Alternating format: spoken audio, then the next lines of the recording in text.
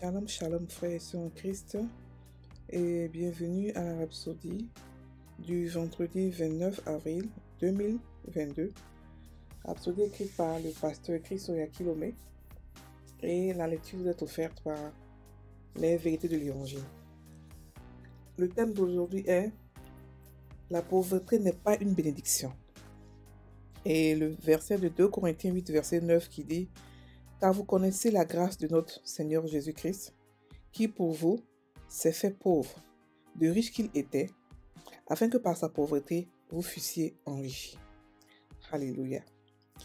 Le pasteur Christ dit « La Bible dit, c'est la bénédiction de l'Éternel qui enrichit, et il ne la fait suivre d'aucun chagrin. » Et cela est de Proverbe 10, verset 22.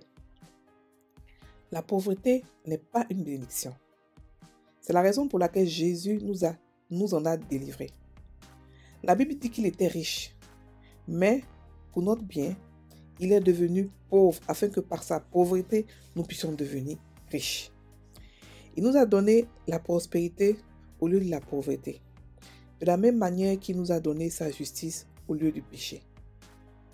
Lorsqu'on dit que la pauvreté n'est pas une bénédiction, cela ne veut pas dire que quand quelqu'un est pauvre, quelque chose ne va pas chez lui.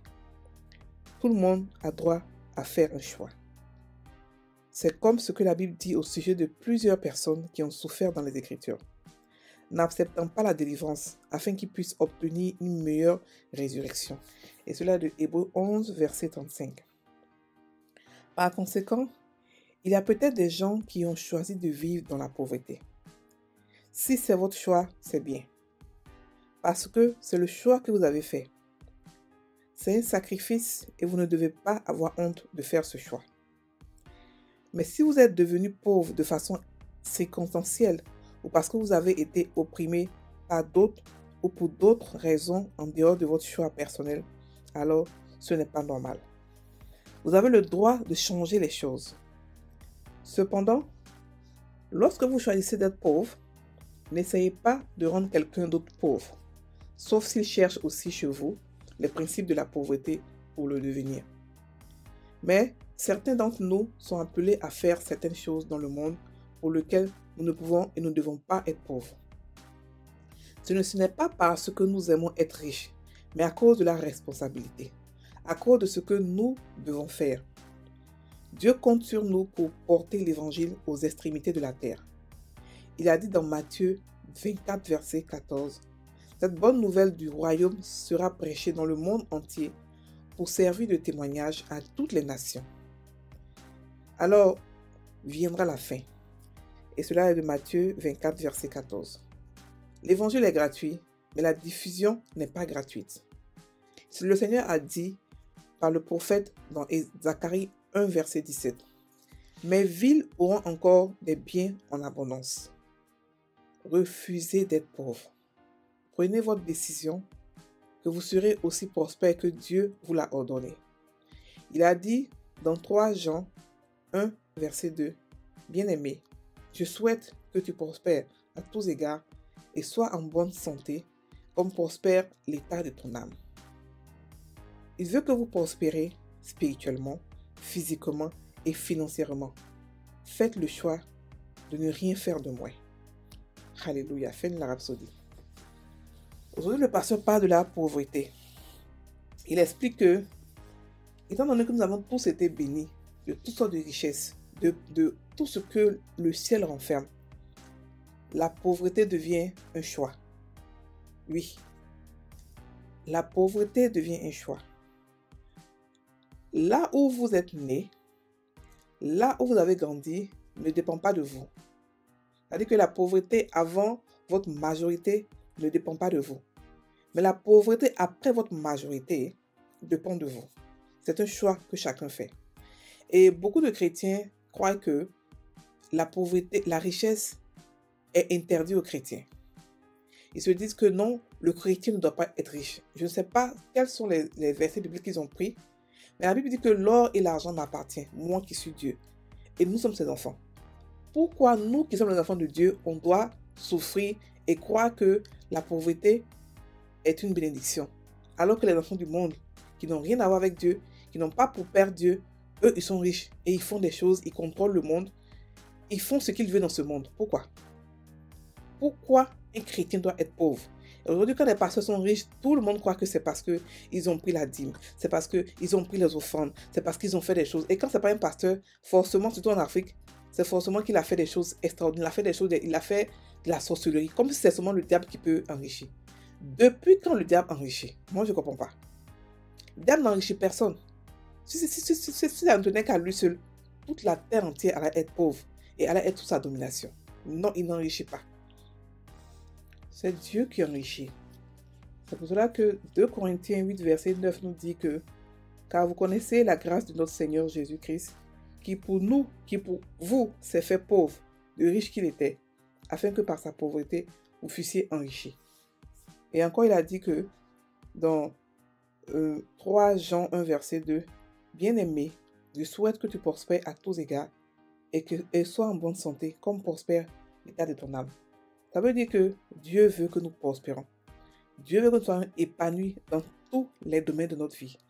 Cette histoire de Dieu ne donne pas tout, c'est n'importe quoi. Ce sont des proverbes africains qui n'ont pas de sens, qui n'ont pas de fondation. Dieu veut qu'on soit riche.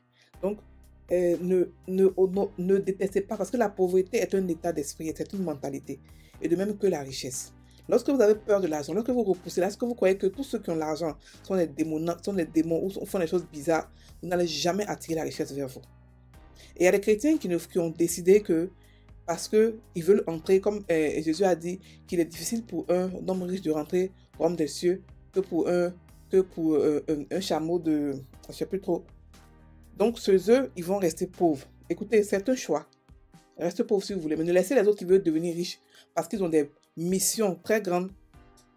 Laissez-les à devenir riches. Laissez-les devenir riches à cause de leur mission. Parce que la mission que nous avons chacun, le financement de la mission nous encombe nous qui avons la mission de pouvoir la financer. Donc, si vous avez une mission qui ne demande pas d'argent, gloire à Dieu, faites votre mission. Ne mettez pas les bâtons dans les roues de ceux qui veulent faire leur mission avec l'argent, avec les moyens qu'il faut. Parce que la Bible dit que nous devons partir dans tout le monde entier pour prêcher l'évangile. Dans le monde entier. Et pour aller dans le monde entier, on ne s'envole pas. On achète des tickets. On prend des moyens de transport. Parce qu'il y a des chrétiens qui sont là, qui n'ont fait que des ministères, que pour pouvoir critiquer, pouvoir juger d'autres chrétiens. Alors que lorsque le chrétien reçoit sa mission, personne n'est là, à part le chrétien lui seul. Donc vous ne connaissez pas sa mission, vous ne pouvez pas commencer à le juger qu'il est riche, il est ceci, il est cela. Si vous voulez rester pauvre, restez pauvre. C'est votre bénédiction à vous. Mais laissez les autres s'enrichir, laissez les autres devenir, parce que la richesse n'appartient pas seulement aux païens. Non. La richesse n'appartient pas aux païens. Ça n'appartient même pas aux païens. Les païens, si vous regardez tous les principes de richesse qu'ils ont pris, ça vient de la Bible. Ça veut dire que c'était pour nous originellement. Mais on n'a pas su prendre ça et on a laissé les païens prendre ça. Aujourd'hui, ils ont fait des trucs extraordinaires avec ça et on se plaint. On se plaint qu'il ne fait qu'accumuler l'argent. Abraham a accumulé l'argent, il a donné ça à Isaac et à Jacob. Donc l'accumulation des biens est un truc biblique. C'est pas pour dire que non, il a beaucoup d'argent, il va faire tout ça là. Il va donner ça à ses enfants et à ses petits-enfants et au reste. Et son argent va travailler, même s'il meurt, son argent travaille pour lui. Son argent nourrit des familles, même quand il n'est pas là. Donc laissons la pauvreté de côté, croyant que c'est une bénédiction. Non. Dieu ne te teste pas par la pauvreté. Non. Dieu teste des gens qui sont matures et par d'autres choses. Matures en Christ. Pas des bébés crispitiers qui ne savent même pas comment faire sortir un petit miracle. Ce n'est pas cela que Dieu teste. Non. Dieu teste quand tu as une relation avec lui et tu testes par des choses un peu différentes. Donc la pauvreté, la maladie n'est pas un test que Dieu donne aux gens. Et ce n'est pas la volonté de Dieu. Oh non, si tu m'as parce que c'est ce que Dieu veut. C'est faux. C'est faux. La Bible dit que par les meurtres de Jésus, on a été guéris. Et nous sommes riches parce que Christ est devenu pauvre pour nous. Donc nous avons droit à la pauvreté, à la richesse. Mais celui qui veut rester dans la pauvreté, ça lui encombre lui seul. Il ne faudrait pas qu'il entraîne d'autres personnes à vouloir devenir pauvres comme lui. Non. Il ne faudrait pas qu'il puisse créer une doctrine qui va faire croire que la pauvreté est synonyme de l'humilité. C'est faux. La pauvreté n'est pas synonyme. La pauvreté est synonyme de l'humiliation. La Bible dit que le pauvre, quelle que soit sa sagesse, quand il parle, personne ne l'écoute. La pauvreté la richesse est un pouvoir. Donc, commencez à comprendre cela, à commencer à vous vider de toutes ces idées bizarres que la pauvreté vient de Dieu ou que Dieu veut qu'on soit pauvre. Non. Et comprenez que Dieu veut que nous soyons riches dans tous les domaines de notre vie. Dieu donne tout, oui. Le proverbe qui dit que Dieu ne donne pas tout, c'est faux. Dieu donne tout. Il te rend épanoui dans tous les domaines de ta vie. Spirituellement, intellectuellement, physiquement, même sexuellement. Il veut qu'on soit épanoui là-bas. Donc, arrêtons tous ces préjugés bizarres qu'on a eus lorsqu'on était... c'est pas qu'on a eu, c'est de toutes les églises bizarres qu'on a eues. Et lisons la parole de Dieu. Cherchons dedans la vérité. Chacun doit avoir sa relation avec la parole de Dieu. La parole de Dieu a un ministère. Il va vous expliquer ce qu'il dit en réalité. Au lieu de te faire des préjugés ou de prendre des enseignements bizarres et les prendre et se les approprier et commencer à prêcher cela sans vraiment comprendre qu'est-ce que cela veut dire. Alléluia. Donc, on va maintenant prendre la confession. Je suis un héritier de Dieu et co-héritier avec Christ. Le monde m'appartient. Tout est à moi. Je demeure dans le royaume de la surabondance, où je suis gracieusement comblé de toute bonne œuvre.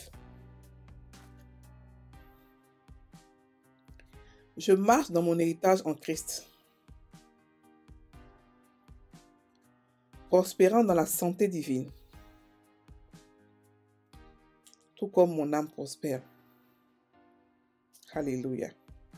Frères et sœurs, passez une très bonne journée. Soyez bénis.